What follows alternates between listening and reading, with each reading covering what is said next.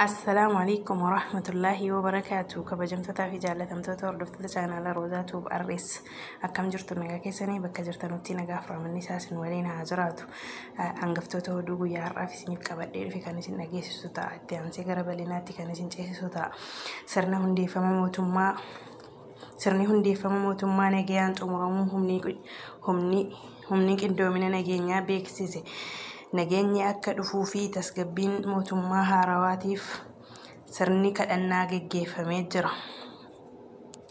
Buqqaatota Sumaalee irraa buqqaan deebisanii dhaabuuf deeggarsi birrii miliyoona 10 kennamee jira. Naannoo kibba aanaa addaa Alleettii balaa tiraafikaa qaqqabeen lubbuun namoota 8 darbee jira. Boqonnaa haaraan kunis seenaa biyya keenyaa keessatti iddoo guddaa qabata jedhan Aadde Adaanech Abeebee. Sirna carraa baasuu herreega qusannaa qonnaan bultoota baankii hojii gamtaa Oromiyaa geggeeffame. Hooggantoonni biyyoota alaa sirna hundeeffama mootummaa haaraa Itoophiyaa irratti hirmaatan gara biyya isaanii deebi'uu eegalamee jira. Yuunivarsiitii Harammayyaa deeggarsa meeshaalee barnootaa taasisee jira. Ambaasaadder Leencoo Baatii xalayaa muudama isaa mootii Saudi Arabiyaaf dhiyeesse. Baankiin biyyoolessaa dorgoma liqaa irratti ka'ee fooyya'insa taasise. Magaalaa Sabbataatti dhaabbanni barbaree sagatuuraa fi biyyee diimaadhaan waliin makuun gabaaf dhiyeessaa ture to'atame. Mootummaa Itoophiyaa waliin hariiroo cimaa ni qabanna. Hooggantoota ministeera biyya alaa garaagaraa.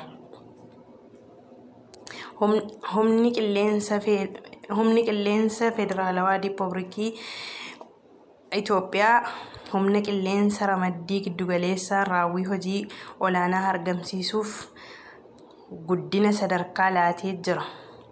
Komishineerri poolisii federaalawaa uummata Itoophiyaa mara galateeffatee jira. Amma gara bal'ina oduutti isin ceesisa. Itoophiyaan gara boqonnaa haaraatti kan itti ceetu sirna hundeeffama mootummaa nagayaa xumuruu humni qindoomina nageenyaa beeksiseera. Sirna hundeeffama mootummaa addabaabaayii masqalaatti gaggeeffame hirmaannaa fi naamusa jiraattonni magaalaa Finfinnee argisiisaniin humnichi galateeffateera.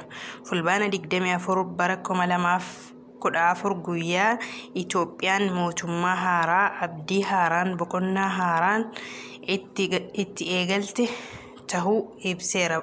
Poolisiin federaalaa tajaajila.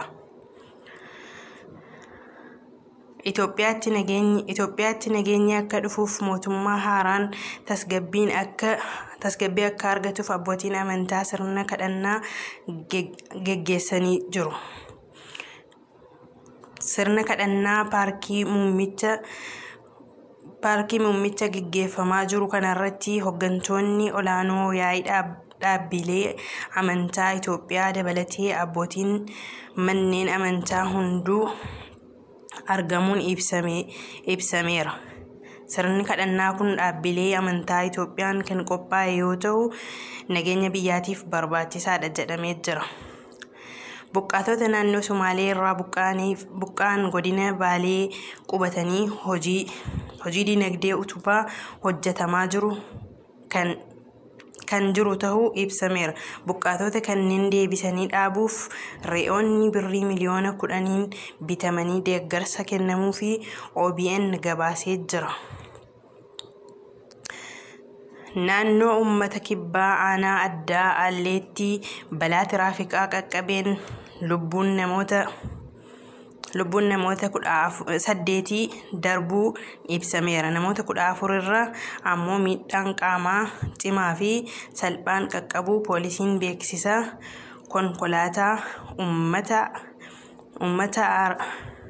uummata Arbaa Mincii ka'uun gara magaalaa jinkaa imalaa ture aanaa Allee ganda qarqareetti iddoo addaa Laangaanoo jedhamutti garagaluun miidhaa kan qaqqabsiisu ta'uu isaa ajajaan olaanaa poolisii beeksisee jira.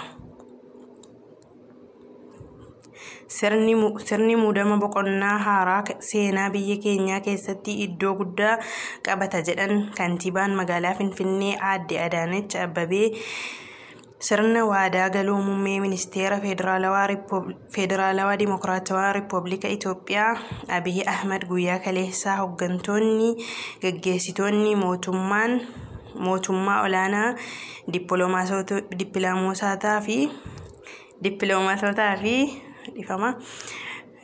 dippiloomaatonni biyyoota garaagaraa ministeeronni pirezidaantoonni naannoo akkasumas jiraattonni magaalaa Finfinnee 100,000 lakkaa'aman bakka argamanitti dirree masqalaatti raawwatamuu isaa ibsameera. Sirni carraa baasuu herreega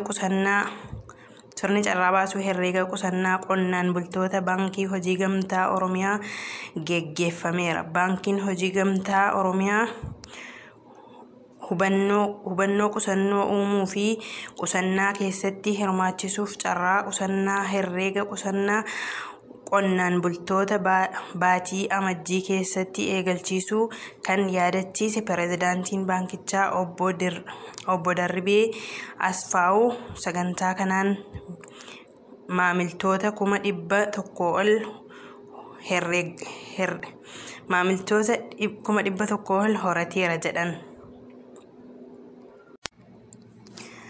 Hooggantoonni biyyoota alaa sirna hundeeffama mootummaa haaraa Itoophiyaa irratti hirmaatan gara biyya isaanii deebi'uu eegalan. Muummeen ministeera Federaalawaa Dimokiraasii Rippaabilika Itoophiyaa Abiy Ahmed hooggantoota biyyoota alaa sirna hundeeffama mootummaa haaraa Itoophiyaa irratti hirmaatan geggeessaa jiru. Pirezidaantiin Jibuutii Ismaa'eel Umar Gaa'eliif geggeessaan taasifameera. Pirezidaantichi sirna kakuu seenuu muummee ministeera Abiy Ahmed guyyaa kaleessaa geggeeffame irratti hirmaachuun har'a geggeessaan taasifameefii jira. Muummeen ministeera Federaalawaa Dimokiraatawaa Rippaabilika Itoophiyaa Abiy Ahmed buufata xiyyaaraa idil addunyaa Booleetti argamuun geggeessaniiru. Yuunivarsiitiin Harammayyaa deeggarsa meeshaalee barnootaaf taasise. Yuunivarsiitiin Harammayyaa barattoota 360 deeggarsa meeshaalee barnootaa birrii 600,000 taasisuu ibsameera. Deeggarsichi itti aanaa pirezidaantii hirmaannaa hawaasa yuunivarsiitichaa Dr. Yisaaq Yusuf, kantiibaa magaalaa Harammayyaa obbo Mul'ataa Bushuraaf laataniiru. Yuunivarsiitichi gama hirmaannaa hawaasaatiin hojiilee hedduu hojjechaa jiraachuu eeraniiru. Deeggarsi yuunivarsiitichaa hawaasa naannoof taasisan gara fuulduraattis cimee kan itti fufu ta'uu ibsan. Ambaasaadder Leencoo Baatii xalayaa muudama isaanii mootii Suudi Arabiyaaf dhiyeessan. Ambaasaadder Leencoo Baatii xalayaa muudama isaanii mootii Suudi Arabiyaa Salmaan bin Abdulaziz Al Saudiif dhiyeessaniiru. Ambaasaadder Leencoon erga hawwii gaarii muummee ministeera Federaalawaa Dimokiraatawaa Rippaabilikii Itoophiyaa Abiy Ahmed mootichaan ga'aniiru. Hariiroon seenaa qabeessaa fi muummicha uummattoota biyyoota lamaanii gidduu jiru cimsuuf caalaatti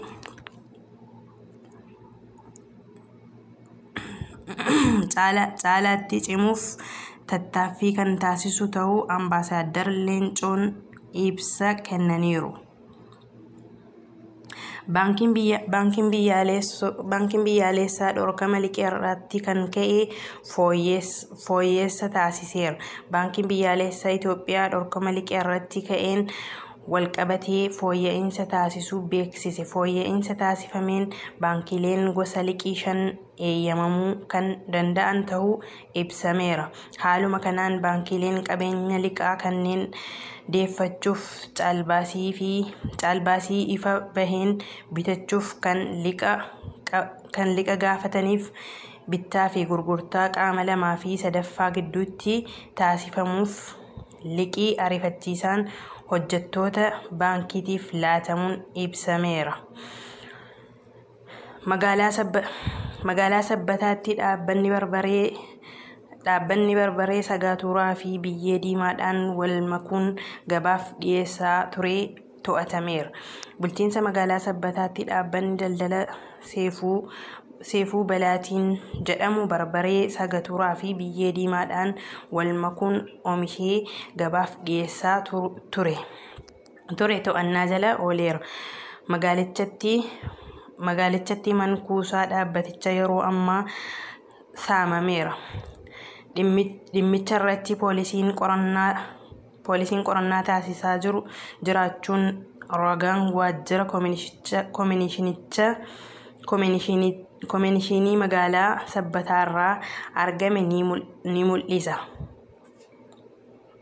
Mootummaa Itoophiyaa waliin hariiroo cimaa ni qabna. Hooggantoota ministeera alaa biyyoota garaagaraa.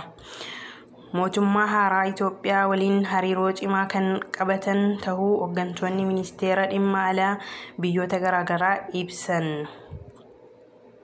Itoophiyaatti mootummaan haaraan hundeeffame waliin hariiroon boqonnaa haaraa kan qaban ta'uu kaasaniiru. Ministeera dhimma alaa Jibuutii Mohammad Ali Yusuf Itoophiyaan tokkummaa Afrikaaf biyya murannoon hojjechaa jiru ta'uu ishee Jibuutiitti yeroo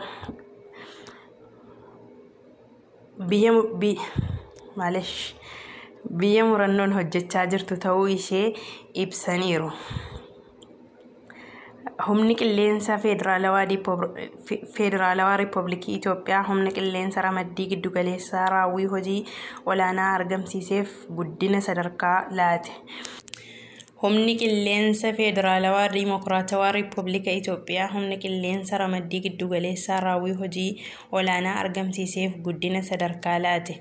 Humni qilleensa Federaalawaa Dimokiraatawaa Riippaabilika Itoophiyaa humna qilleensa ramaddii giddugaleessaa raawwii hojii olaanaa argamsiiseef guddina sadarkaa laachuun ibsameera. Weerara gareen shororkeessaa ABO taasisee qolachuun humni qilleensa gootummaan hojii isaa hojjechaa jiraachuu humna qilleensa Federaalawaa Dimokiraatawaa Riippaabilikiitti aanaan ajajaa damee loojistiikii Birgaadeer Jeneraal Nagaraa Lallisoon ibsaniiru.